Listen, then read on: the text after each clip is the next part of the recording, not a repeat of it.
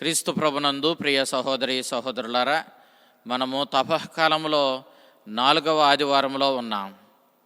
ఈనాటి దివ్య గ్రంథ పఠనాలు మొదటి పట్టణము సమూయేలు మొదటి గ్రంథము 16వ అధ్యాయము 1వ వచనము మరియు 6, 7 వచనాలు, 10వ వచనం నుంచి 13వ వచనం వరకు. సువిశేషం యోహాను శుభవార్త 9వ అధ్యాయం 1వ వచనం నుంచి 41వ వచనం వరకు మనం ఆలకించాం. ఐగుప్తు బానిస ముగించుకొని వాగ్దాన భూమికి చేరుకున్నటువంటి ఇశ్రాయేలీయులు ఒక ప్రత్యేకమైన జాతిగా జీవిస్తూ ఉన్నారు. చుట్టుప్రక్కల రాజ్యాలకు రాజులు ఉన్న వీరు మాత్రము దేవుడే వాళ్ళ రాజుగా జీవించసాగారు. మరి వాళ్లకు సమస్యలు ఎదురైనప్పుడు ఆ సమస్యల నుంచి వారిని గట్టెక్కించడానికి దేవుడు న్యాయాధిపతులను ఏర్పాటు చేసినట్లుగా మనం ఇశ్రాయేలీయుల చరిత్రలో చూస్తూ ఉన్నాం. అయితే ఆ న్యాయాధిపతుల్లో చిట్టచివరి న్యాయాధిపతిగా చెప్పబడినటువంటి సమూయేలు ఇశ్రాయేలీయుల కోరిక మేరకు రాజరికాన్ని దేవుని ఆజ్ఞ మేరకు స్థాపించడాన్ని మనం చూస్తూ ఉన్నాం.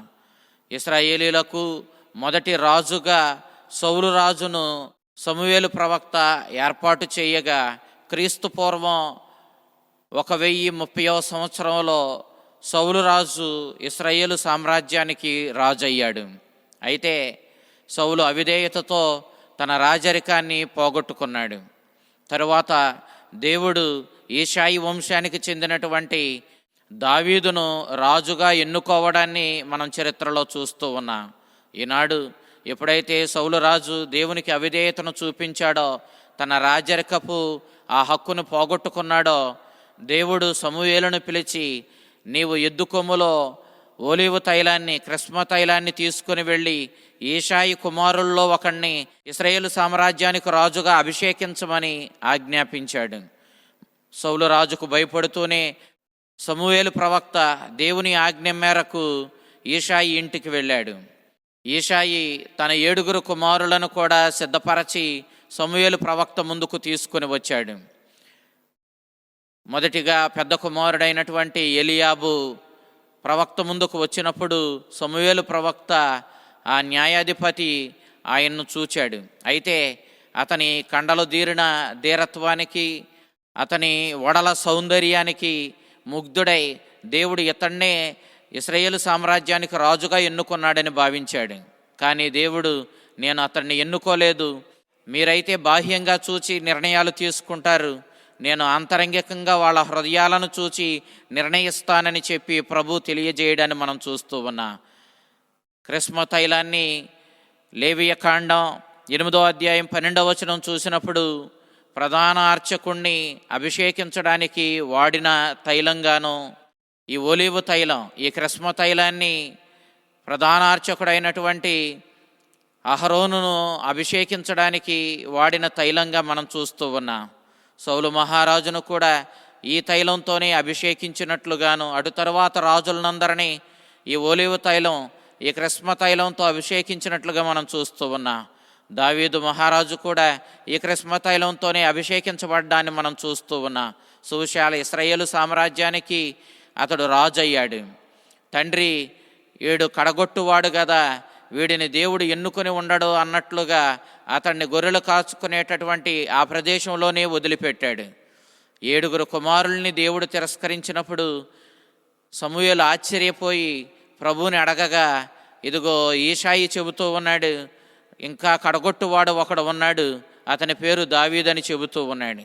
ఆ దావీదును పిలిపించి ముందు దైవ కార్యం తర్వాతే భోజనం అని చెప్పి ఎదురు చూస్తూ కూర్చున్నటువంటి ప్రవక్త దావీదును తీసుకుని రాగానే అతన్ని ఇశ్రాయేలుకు రాజుగా అభిషేకించడాన్ని మనం ఈనాడు చూస్తూ ఉన్నాం.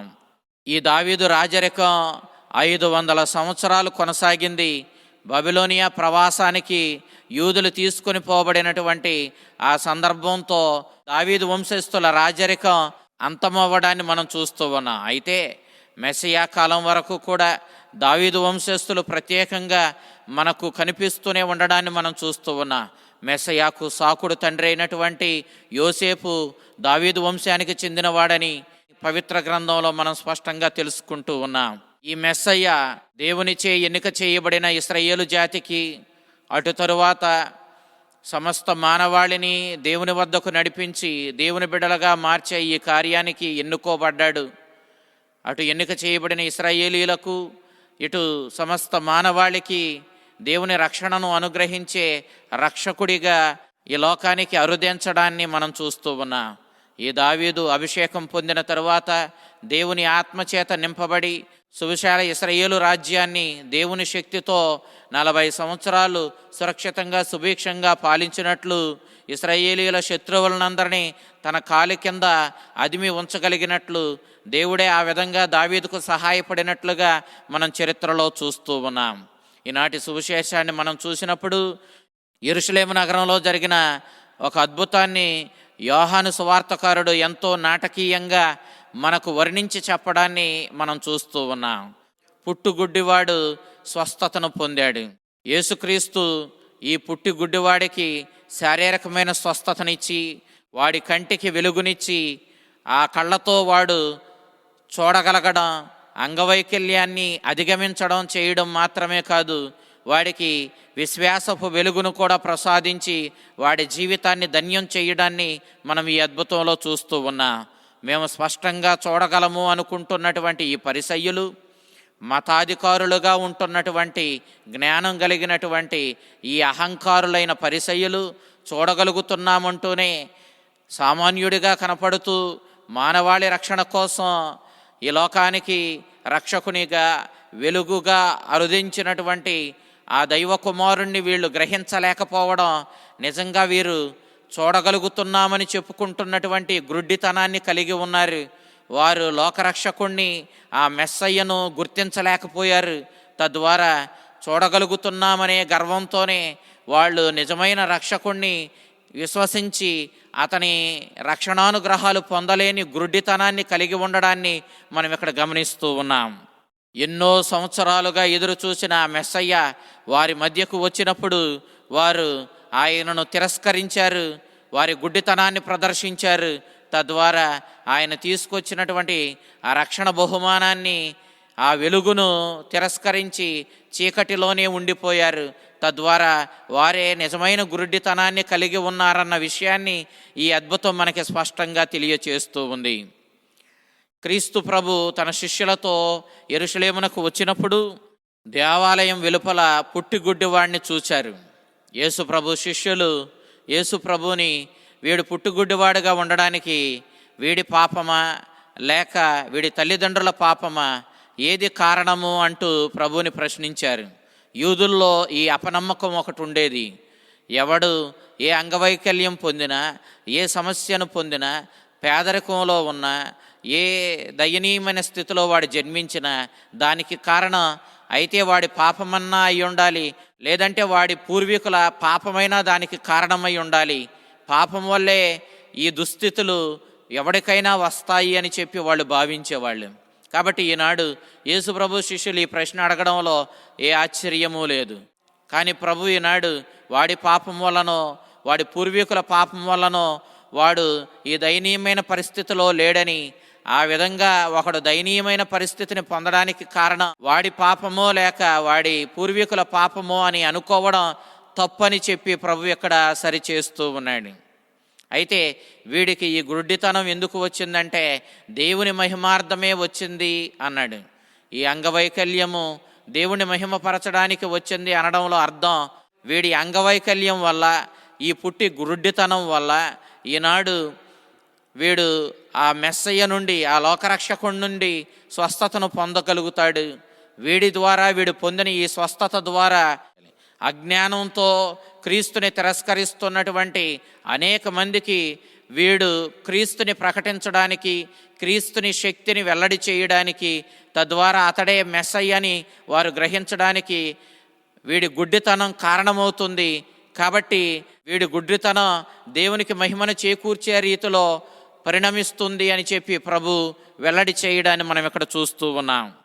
పగటి వేళ, రాత్రి వేళ అంటూ ప్రభువు సమయాన్ని అభివర్ణించడాన్ని మనం చూస్తూ ఉన్నాం. రాత్రి వేళ పని చేయడం కష్టం, పగటి వేళే పనిని పూర్తి చేసుకోవాలి. ఆ రోజుల్లో మనకున్నటువంటి ఈ విధమైన విద్యుత్ దీపాలు అందుబాటులో లేవు కాబట్టి మరి రాత్రి వేళ ఆ చిన్న దీపపు కాంతుల్లో పనులు చేసుకోవడం కష్టం కాబట్టి పగలే ఆ పనులు పూర్తి చేసుకోవాలి అంటూ ప్రభు చెబుతూ ఉన్నాడు.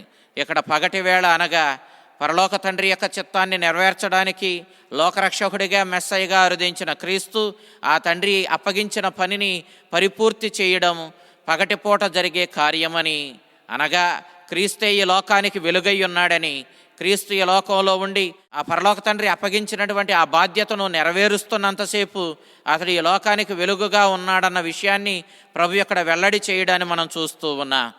క్రీస్తు విశ్రాంతి దినం రోజున ఆ పుట్టుగుడ్డివాడికి స్వస్థతనిచ్చాడు. ఆయన తన ఉమ్మితో మట్టిని కలిపి ఆ మట్టిని గుడ్డివాడి కళ్ళకు రాస్తూ వాడిని వెళ్ళి షిలోయము అను కోనేటిలో కడుక్కోమని చెప్పాడు. షిలోయము అనగా పంపబడిన వాడు అని అర్థము. వాడు వెళ్ళి తన కళ్ళను కడుక్కున్నాడు. వెంటనే వాడు చూడగలిగాడు. ఇది గొప్ప అద్భుతం, ఎన్నడూ కనీ విని ఎరుగనటువంటి గొప్ప అద్భుతం. సృష్టి ఆరంభం నుండి పుట్టి గుడ్డివాడు చూపును పొందడం అనేది అసాధ్యమని చెప్పబడినటువంటి కార్యం. కానీ క్రీస్తు చాలా సునాయాసంగా ఈ కార్యాన్ని వారి మధ్య చేశాడు. ఈ పుట్టుగుడ్డివాడు వెళ్ళి ఆ ఉమ్ముతో కలిసినటువంటి మట్టిని కోనేటిలో కడుక్కోవాలి. ఇది క్రీస్తు అతనికి ఇచ్చినటువంటి బాధ్యత. ఈ బాధ్యత నాడు విధేయించి క్రీస్తు చెప్పినట్లుగా చేస్తాడా లేదా అన్నటువంటి ఆ పరిస్థితిని క్రీస్తు కల్పించాడు. ఆ పుట్టిగుడ్డివాడు క్రీస్తుకి విధేయుడై వాడు వెళ్ళి ఆ కోనేటిలో తన కళ్ళు కడుగుకొని తన విధేయత ద్వారా స్వస్థతను పొందడాన్ని మనం ఇక్కడ చూస్తూ ఉన్నాం. తన నోటి ఉమ్ముతో మట్టి కలిపి గుడ్డివాడి కళ్ళకు రాస్తే వాడు చూడగలగడం అనేది అది ఒక వైద్య విధానం ఏమీ కాదు. కానీ ప్రభు ఇక్కడ ఆ విధంగా వాడికి స్వస్థతనివ్వడాన్ని మనం చూస్తూ ఉన్నాం. అయితే వీడు స్వస్థత పొందిన తరువాత ఈ వార్త తెలుసుకున్నటువంటి పరిసయ్యులకు ఇప్పుడు ఇది గొప్ప సమస్యగా మారింది. వాళ్ళు విశ్రాంతి దినం రోజున ఈ వ్యక్తి వచ్చి ఉమ్మితో మట్టిని కలిపి నీ కళ్ళకు రాశాడంటున్నావు కదా, అయితే ఇతడు ఖచ్చితంగా పాపాత్ముడేనని పరిసయ్యులు తేల్చేశారు.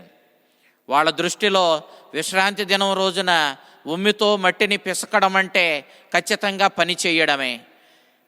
అతడే గనక దేవుని వద్ద నుంచి వచ్చిన వాడైతే విశ్రాంతి దినం రోజున ఈ పని చేసేవాడు కాదు. అతడు విశ్రాంతి దినం రోజున పని చేశాడు కాబట్టి ఖచ్చితంగా ఇతడు దేవుని వద్ద నుంచి వచ్చిన వాడు కాదు, ఇతడు పాపాత్ముడేనని పరిసయ్యులు ధృవీకరించారు. అయితే దానికి పుట్టిగుడ్డివాడు ఒప్పుకోలేదు. అతడు పాపాత్ముడే అయితే ఈనాడు దేవుని వద్ద నుండి ఎంత గొప్ప శక్తితో కూడిన అద్భుతాన్ని ఏ విధంగా తీసుకురాగలిగాడు? అతడు పాపాత్ముడే అయితే ఈ పుట్టిగుడ్డివాడినైన నాకు ఎంతటి కనీవిని ఎరుగనటువంటి గొప్ప అద్భుతం చేసి చూపుని ఎలా ఇవ్వగలిగాడు? కాబట్టి అతడు పాపాత్ముడు కాదు, ఖచ్చితంగా అతడు దేవుని వద్ద నుంచి వచ్చిన వాడై ఉండాలి అంటూ ఈ పుట్టిగుడ్డివాడు క్రీస్తుని గూర్చి సాక్ష్యం పలకడాన్ని మనం ఇక్కడ చూస్తూ ఉన్నాం. ఈ గుడ్డివాడు శారీరక వైకల్యం కలిగిన అనేక మంది దేవాలయం వెలుపల దేవాలయంలోనికి వెళ్ళి వచ్చేటటువంటి భక్తులను సహాయం అడుక్కుంటూ ఉండేవాళ్ళు. కాబట్టి ఆ దేవాలయానికి వచ్చి వెళ్ళేటటువంటి అనేక మందికి ఈ గుడ్డివాడు సుపరిచితుడే. కానీ వాళ్ళ కళ్ళను వాళ్లే నమ్మలేనంతగా ఈనాడు ఇప్పుడు ఈ పుట్టిగుడ్డివాడు స్పష్టంగా చూడగలగడం చూచి అసలు వాడు వీడేనా లేక వేరొకడా అనే అనుమానం అక్కడ ఉన్నటువంటి దేవాలయానికి వచ్చి వెళుతూ ఉండేటటువంటి భక్తులకు కలిగింది. ఈనాడు ఈ స్వస్థత పొందినటువంటి ఈ గుడ్డివాడిని కేంద్రంగా చేసుకొని వాడిని తిరస్కరిస్తూ ఏదో ఒక కారణం చూపించి ఈ అద్భుతాన్ని తప్పుపట్టాలి, ఈ అద్భుతాన్ని తిరస్కరించాలనే ఉద్దేశంతో పరిసయ్యులు తమ ప్రయత్నాలు ప్రారంభించారు. వీడు వాడేనా? ఎప్పుడూ ఈ దేవాలయంలో అడుక్కునేవాడేనా? వెళ్ళి వీడి తల్లిదండ్రులను తీసుకుని రండి అంటూ తల్లిదండ్రులను తీసుకువచ్చారు. ఎక్కడో ఏదో రీతిలో వీడు మా బిడ్డ కాదు, వీడు పుట్టుగుడ్డివాడు కాదు, మాకు వీడికి సంబంధం లేదు అంటూ ఏమైనా ఆ పుట్టుగుడ్డివాడి యొక్క తల్లిదండ్రులు చెబితే ఆ వంక పెట్టుకొని వీడు వాడు కాదు అంటూ మొత్తం అద్భుతాన్ని తిరస్కరించాలి, ఈ మొత్తం అద్భుతాన్ని తుడిచివేయాలని పరిసయ్యుల పన్నాగం. అయితే ఆ గుడ్డివాడి తల్లిదండ్రులు వచ్చి వీడు మా బిడ్డే, వీడు పుట్టుగుడ్డివాడిగా పుట్టాడు, ఈ దేవాలయంలోనే అడుక్కుంటూ బ్రతుకుతున్నాడు, అంతవరకే మాకు తెలుసు. కానీ ఇప్పుడు వీడు ఏ విధంగా స్వస్థత పొందాడో, ఎవరు వీడికి ఆ స్వస్థతనిచ్చారో మాకు తెలియదు. వాడు వయసు వచ్చిన వాడే కదా, తన గురించి తాను మాట్లాడుకోగలడు, కాబట్టి వాడినే అడగండి, వాడే మీకు సమాధానం చెప్తాడంటూ వాళ్ళు చాలా సునాయాసంగా చక్కగా ఆ విపత్కరమైన పరిస్థితి నుండి, పరిసయ్యుల చేతి నుండి జారుకున్నారు. ఇక చేసేది లేక పరిసయ్యులు ఈ గుడ్డివాడి వైపు తిరిగారు. నీవే చెప్పు, దేవుని మీద ఆనపెట్టి చెప్పు, ఆయన మీద ఒట్టి పెట్టుకొని చెప్పు, అబద్ధం చెప్పమాకు. నీవు గుడ్డివాడివేనా? ఎవరు నీకు స్వస్థతనిచ్చారు? అసలు నీకు ఎలా స్వస్థత వచ్చిందని మళ్ళీ మొదలుకొచ్చారు. పరిసయ్యుల ఉద్దేశం ఒకటే, ఏ విధంగానైనా ఈ అద్భుతాన్ని తుడిచివేయాలి. ప్రజల దృష్టిలో ఆ మెస్సయ్యను గూర్చి, యేసును గూర్చినటువంటి ఈ విశ్వాసాన్ని పెంపొందింపజేసే ఈ అద్భుతాన్ని, ఈ అద్భుతం పొందినటువంటి ఈ గుడ్డివాడిని తిరస్కరించాలి. ప్రజల దృష్టిలో ఇది గొప్ప అద్భుతంగా మిగలడానికి లేదు. తాము చేయగలిగిన ప్రయత్నాలన్నీ ఇప్పుడు పరిసయ్యులు చేస్తూ ఉన్నారు. వాడిని నిజం చెప్పమని అడిగినప్పుడు వాడు ఇక పరిసయ్యులకే చొరక వేస్తూ ఉన్నాడు. నేను మీకు చెబుతూ ఉన్నాను, కానీ మీరు నా మాటలు పట్టించుకోవడం లేదు. పదే పదే నన్ను స్వస్థపరిచిన వాని గురించి మీరు అడుగుతూ ఉన్నారు. ఎందుకు ఈ విధంగా అడుగుతున్నారు? మీరు కూడా ఆయన గురించి తెలుసుకొని ఆయనను విశ్వసించి ఆయన అనుచరులుగా మారాలని కోరుకుంటున్నారా ఏమిటి అని వాడు పరిసయ్యులను హేళన చేస్తూ, చొరక వేస్తూ ప్రశ్నించాడు. ఆ మాటకు పరిసయ్యులకు చాలా అవమానం కలిగినట్టు వారు భావించారు. నిజమే, వాళ్ళు వెంటనే వాడిని తిరస్కరిస్తూ, మేము మోషే ధర్మశాస్త్రం పాటించేవారిమి, మోషే స్థానంలో ఉన్న మేము అతని గురించి చెబుతున్నాం కదా, అతడు ఏమాత్రము రక్షకుడు కాదు, మెస్సయ్య కాదని మేము వర్ణిస్తున్నాం కదా, అతడైతే పాపి అవ్వాలి, కానీ అతడు మాత్రము ఏ విధంగానూ రక్షకుడు మెస్సయ్య అయ్యి ఉండడో, ఆ మాటకు వస్తే అతను గూర్చి మాకు తెలియదు అని చెప్పి పరిసయ్యులు జారుకోవడానికి ప్రయత్నం చేస్తూ ఉన్నారు.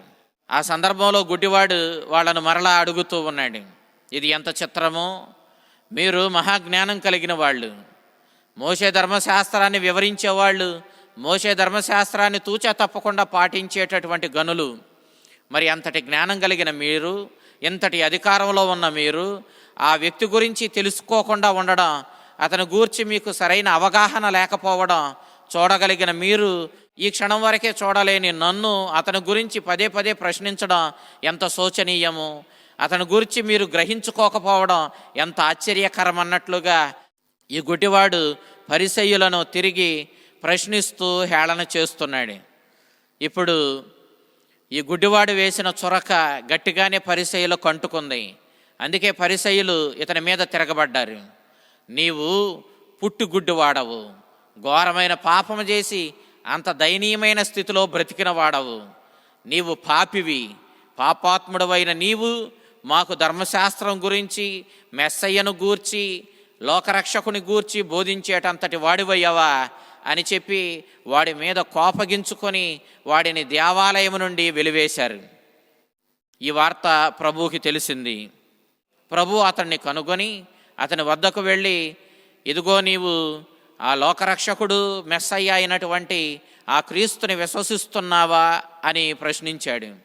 అందుకు వాడు, నాకు అతడెవరో తెలియదు, తెలియకుండా నేను ఏ విధంగా విశ్వసిస్తాను అని సమాధానమిచ్చాడు.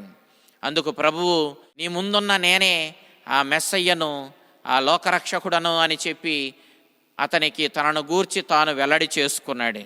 వెంటనే అతడు, ఓ ప్రభువా, నేను నిన్ను విశ్వసిస్తున్నాను అని చెప్పి ప్రభు పాదాలపై పడి ప్రభువుని ఆరాధించాడు. ఈ సందర్భంలో గుడ్డివాడు వెలుగును పొంది చూడగలగడమే కాదు, శారీరక దృష్టిని పొందడమే కాదు, అతడు ఆధ్యాత్మికమైనటువంటి విశ్వాసపు వెలుగును కూడా పొందడాన్ని మనం ఇక్కడ చూస్తూ ఉన్నాం. నిజానికి మనందరికీ కళ్ళుంటాయి, కానీ ఈ కళ్ళు పనిచేయాలంటే వెలుగు మన కళ్ళల్లోనికి చొచ్చుకొని పోవాలి. ఈ వెలుగు మన కళ్ళల్లోనికి వెళ్ళకపోతే మన కళ్ళు పనిచేయవు. అందుకే రాత్రి సమయంలో మనం ఏ వస్తువుని కూడా చూడలేకపోతాం, ఎందుకంటే వెలుగు ఉండదు కాబట్టి మనము కళ్ళతో చూస్తున్న మాట నిజమే అయినా ఈ కళ్ళు పని చేయడానికి మనకు వెలుగు చాలా అవసరము. అదేవిధంగా మన జీవితానికి లోకరక్షకుడు ఆయన క్రీస్తు చాలా అవసరము. అందుకే ఆయన నేనే ఈ లోకానికి వెలుగును అన్నాడు. ఆ వెలుగైన క్రీస్తు మన జీవితంలోనికి ప్రవేశించినప్పుడు మన జీవితాలు చూడగలుగుతాయి, ఆత్మీయమైన వెలుగును పొందగలుగుతాయి, విశ్వాసపు వెలుగును పొందగలుగుతాయి. ఆ క్రీస్తుని బాటలో మన జీవితాలు ముందుకు కొనసాగించగలుగుతాము.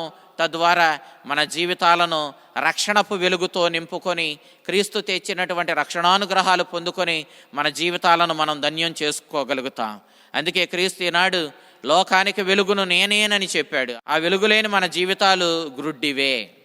అందుకే క్రీస్తు ఇప్పుడు ఈ లోకానికి తీర్పు తీర్చువాడను నేనేనని చెప్తూ ఉన్నాడు. నన్ను విశ్వసించువాడు దేవుని బహుమానాన్ని, దేవుడిచ్చే రక్షణను పొందగలుగుతాడు.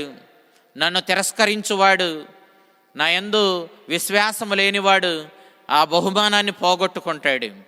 నేనే ఈ లోకానికి తీర్పరిగా వచ్చాను, నేనే న్యాయాధిపతిని అన్నట్లుగా ప్రభు తెలియజేయడాన్ని మనం చూస్తూ ఉన్నాం. అయితే పరిసయ్యులకు విషయం చాలా స్పష్టంగా బోధపడింది. వెంటనే వాళ్ళు ప్రభువుని, అంటే మేము నిన్ను తిరస్కరిస్తున్నాం కాబట్టి గుడ్డివారిమా?